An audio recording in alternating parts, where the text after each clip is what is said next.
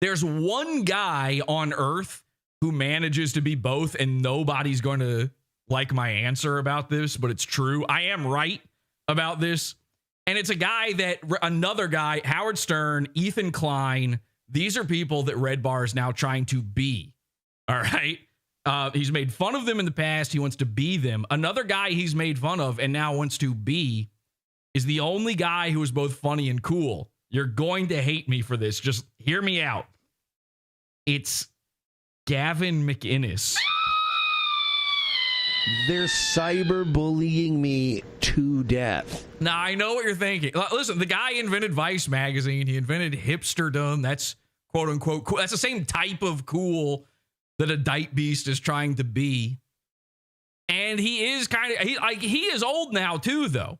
And the one thing he gets wrong is he's still, I like Gavin. I think he's very funny. And yes, I liked when he put the thing in his butt. Okay. It was funny. You're allowed to laugh at gay stuff. Okay? If you can't laugh at a gay thing, you're gay. I got excited, very excited to see all of this. Think about that, all right? You might want to just laugh at gay stuff. So a guy tried to put a thing up his butt. So what? I watched that live. I was laughing my head off. Now, the thing he gets wrong is he's an older guy, and he's still hanging on to the fact that he was a punk in the 80s, and that you do have to let that go. All right. And Mike does the same thing, by the way. He was a punk in the 90s.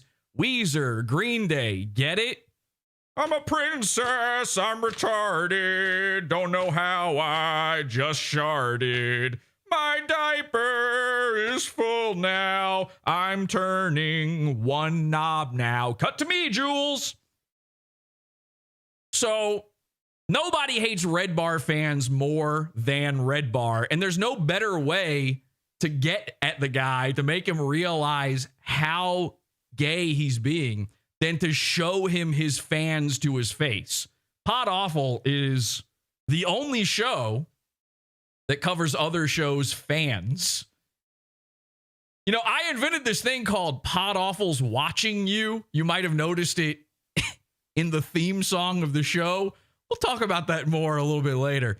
But yeah, we're watching the fans of shows. We're watching everything that's the internet. The whole thing is a playground. It's not just about the shows. And if you put yourself out there, particularly you put yourself on public profiles, you make yourself available for critique, commentary, criticism. I put myself out there for it, and it happens. People say stuff about me. One guy got really, really mad that I had Mike's old friend Sven host my show for me. And you may remember that I had a different YouTube channel.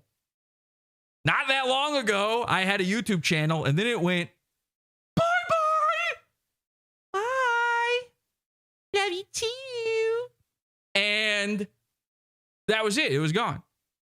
And it turns out a guy took credit for it, and the guy who took credit for it is a dyke beast. He's one of Red Bar's fans. So I just want to be very clear about what I'm going to do here now. We're going to go over this guy, which you might not think is even an option, a choice. But yeah, you can do that. You can talk about a guy who puts his stuff out there publicly. So these names are all part of a public Facebook forum. Red Bar uses Facebook because Red Bar is ancient, because Red Bar is the crypt keeper. Honestly, Richard Belzer probably had it easier than Mike David. So I just want to be clear, and we're not going to cover anything that is hidden, anything that is private info. But the end result of this episode will be that this guy or someone like him, someone that uses Red Bar to feel cool because one time Ice Spice heard about it. I can't get over Ice Spice, by the way. I only found out what Ice Spice was like half a year ago. And the way I found out was that it turns out somebody clipped a thing where Red Bar was talking about Ice Spice. I thought I was like, oh, great. He's going back to making fun of Down syndrome people. This is great. This is a return to form.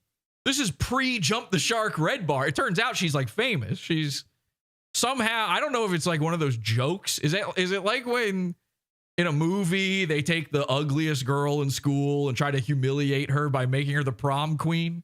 Everybody's pretending she's hot. She has a red Ronald McDonald afro, and everyone's like, yeah, no, it looks really good.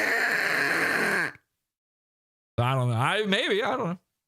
Maybe she's actually excellent. What does she sing? Is she a singer or a rapper?